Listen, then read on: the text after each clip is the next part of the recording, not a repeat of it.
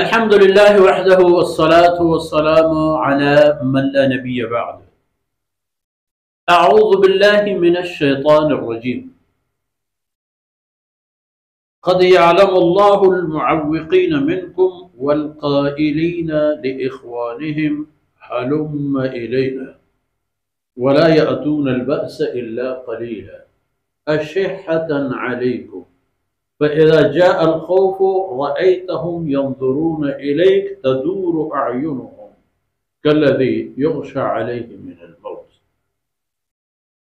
فإذا ذهب الخوف سلقوكم بألسنة حداد أشحة على الخير أولئك لم يؤمنوا فأحبط الله أعمالهم وكان ذلك على الله يسيرا.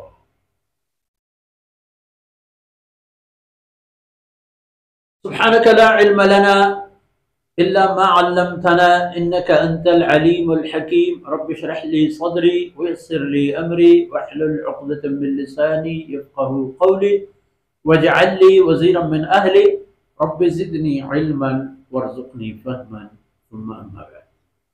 گرامی قدر بھائیوں بہنوں کو پیارے، غزوہ احزاب میں اللہ رب العزت کی نصرت، اہل ایمان کی ایمانی عظمت اور طاقت اور جناب رسول اللہ صلی اللہ علیہ وسلم پر اللہ رب العزت کی فضل و مہربانی اور نصرت کے چشمدید حالات کے باوجود،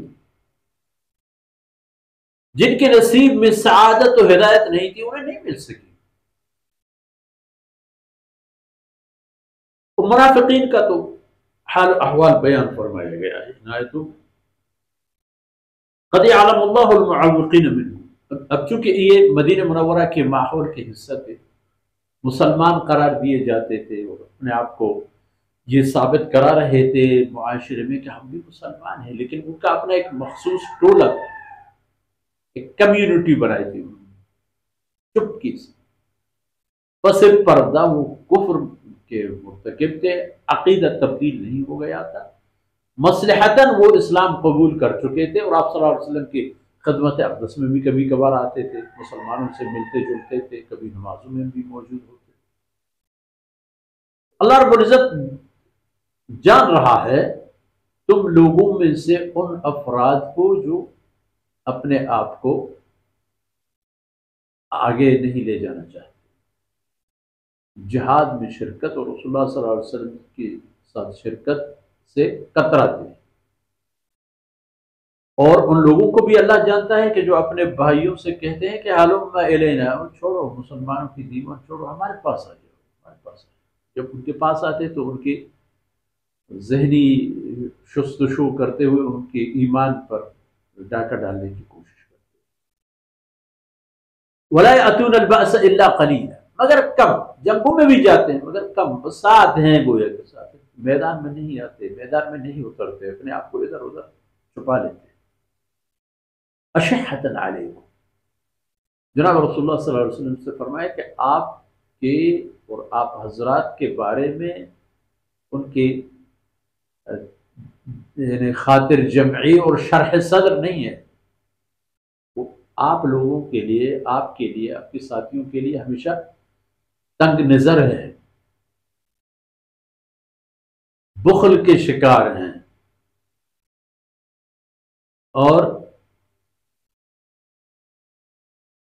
فَإِذَا جَاءَ الْخَوْفُ، جب کوئی خوفناک ماحول آ جائے، ڈراؤنی کیفیت آ جائے، رَأَيْتَهُمْ يَنظُرُونَ إِلَيْكَ تَدُورُ أَعْيُنُهُمْ، آپ ان کو دیکھیں گے کہ وہ آپ کی طرف ویسے دیکھ رہے ہیں اور ان کی آنکھیں اسی طرح ڈل رہے ہیں، كَالَّذِي يُغْشَى عَلَيْهِ مِنَ الْمَوْتِ، جس طرح موت کی حالت میں انسان کی کیا کیفیت ہوتی ہے، ایسے بس ان پر اب سکرات آنے والی، مر رہے ہیں.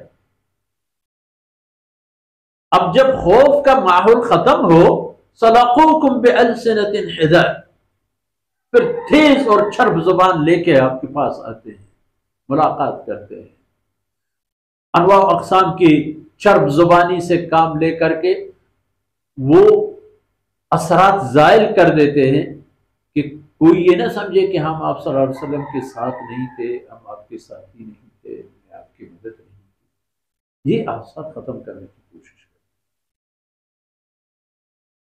لیکن اشحۃ علی الناس، بخیل نہیں ہے.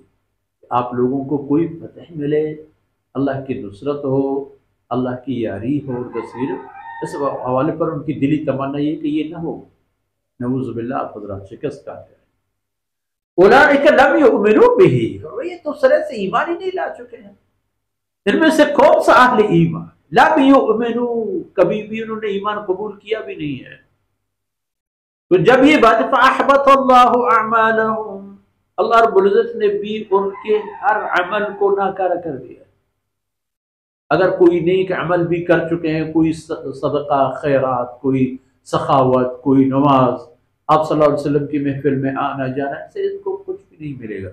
تو اندر سے جو غلاظت ہے انہوں نے نہیں نکال دی ہے، اندر کی جو حالت ہے انہوں نے تبدیل نہیں کی. وہاں بھی بت اور شرک اور کفر قبضہ جمائے بیٹھے. وَكَانَ ذَلِكَ عَلَى اللَّهِ يَسِيرًا، اور ان کے ساتھ اللہ کا یہ معاملہ اللہ کے لیے بہت آسان ہے، کوئی مشکل نہیں ہے اللہ رب العزت کے لیے. ان کا پکڑنا، ان کو عذاب دینا، ان کے اعمال غارت کرنا، یہ ان کی حالت و کیفیت ہے، اور اللہ رب العزت نے ان کو دیکھ لیا ہے، اور اللہ کے ہاں یہ اہل ایمان نہیں ہے. اگلے آیتوں میں دیکھتے ہیں کہ ان کی کیا مزید اللہ رب العزت نے حقائق سامنے لائے ہیں، اور رسول اللہ صلی اللہ علیہ وسلم اور امت مسلمہ کے لیے ان کے بارے میں کیا آگاہی ہے. صلی اللہ علیہ نبینا محمد وعلی آلہ وصحبہ.